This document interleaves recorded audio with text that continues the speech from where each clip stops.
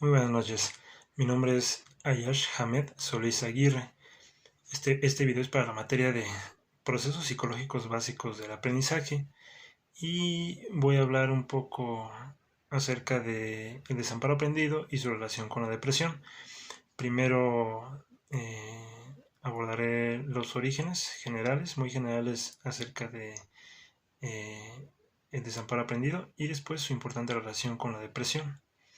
Bien, este tema, como ya sabemos, se encuentra dentro de los fundamentos del condicionamiento instrumental, en el cual es fundamental el estudio de las contingencias.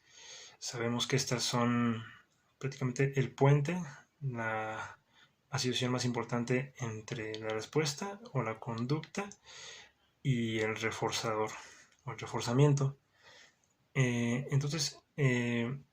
Dentro de los experimentos que se usaron para la sensibilidad, para descubrir un poco más acerca de la sensibilidad entre la conducta y la contingencia, se usaron primero reforzadores aperitivos, reforzamientos positivos, pero descubrieron que podría abrirse una mayor línea de investigación por medio de los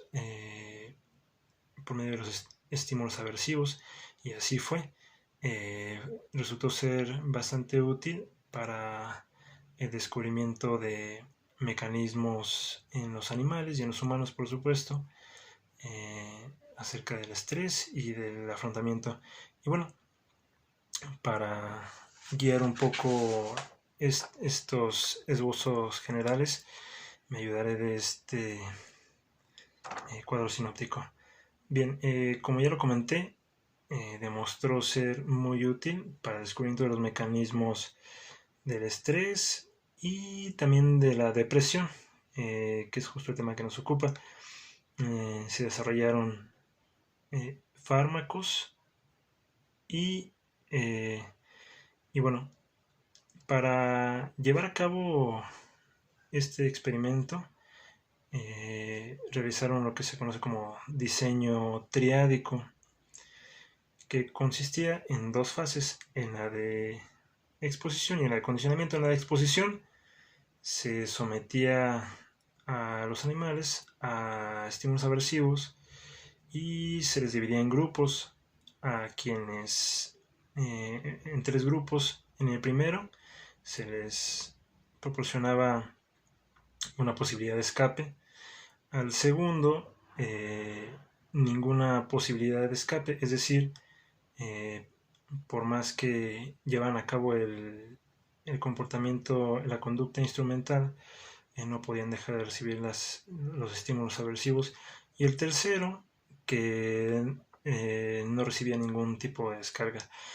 Aprendieron que, o mejor dicho, descubrieron que para quienes se les presentaba esta oportunidad de escape, aprendían mejor el condicionamiento instrumental.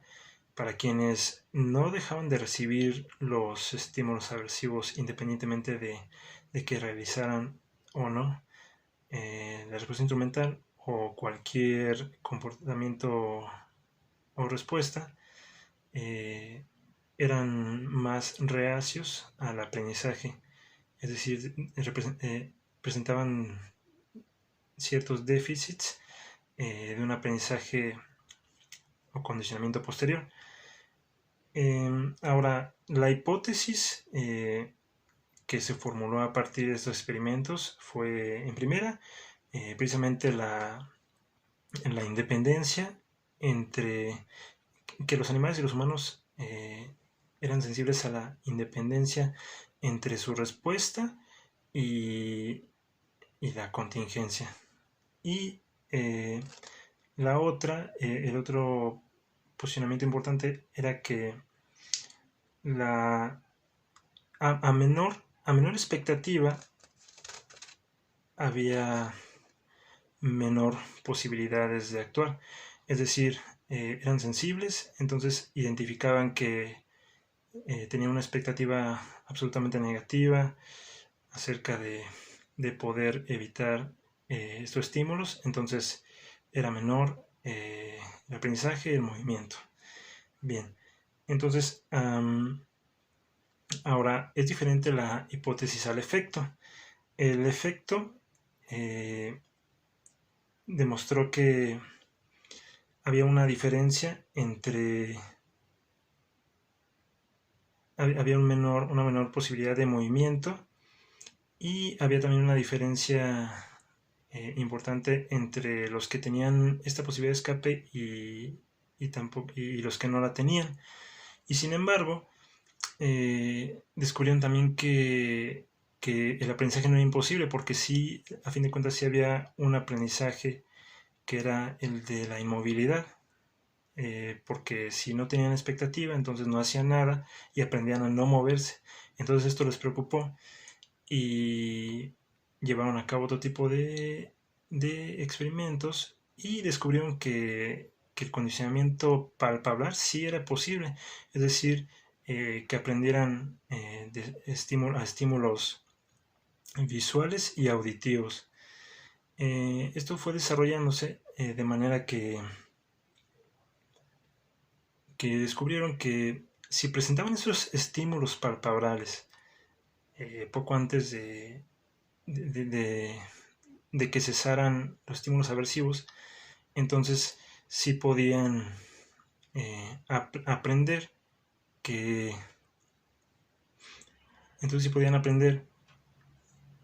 esos estímulos llegarían a su fin, y esto era muy importante para los animales porque entonces ya existía, si no una posibilidad de escape, era al menos un estímulo que le llaman de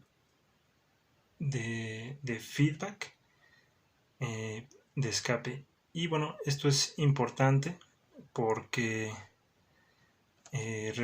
significa que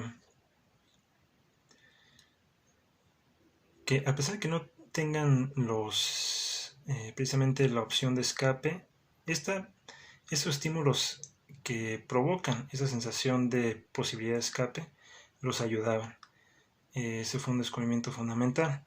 Y precisamente retomando, hubo un poco de controversia acerca de esta primera formulación acerca del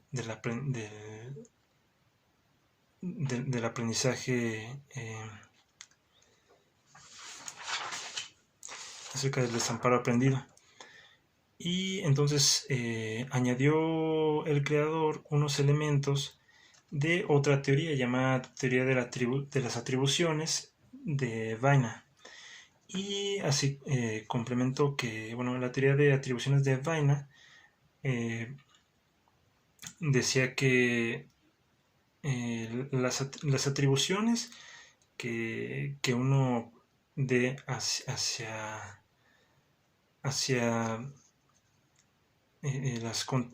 no contingencias es lo que iba a decidir la expectativa de todas las demás futuras contingencias.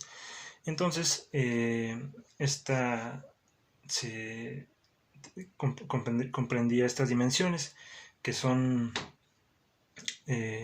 internabilidad y externabilidad, generalidad y especificidad, y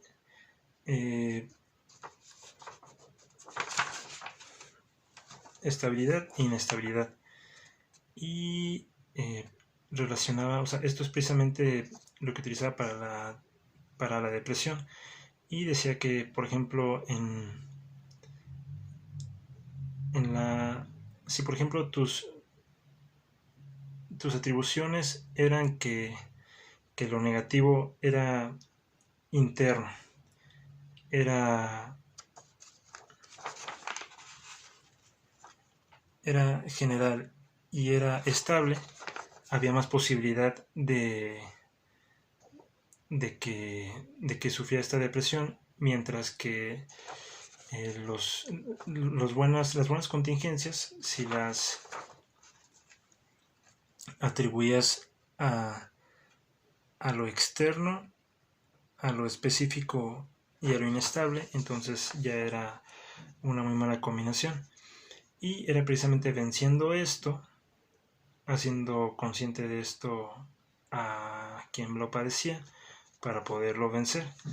Y bien, mis conclusiones es precisamente que es muy importante, fue muy importante estos descubrimientos, porque en efecto, a pesar de que no podemos tal vez controlar el ambiente o las situaciones todo el tiempo, sino tal vez todo lo contrario, aún así poder predecir en qué momento pueden terminar los estímulos aversivos, entonces podemos encontrar tal vez mejores soluciones contra la depresión. Muchas gracias.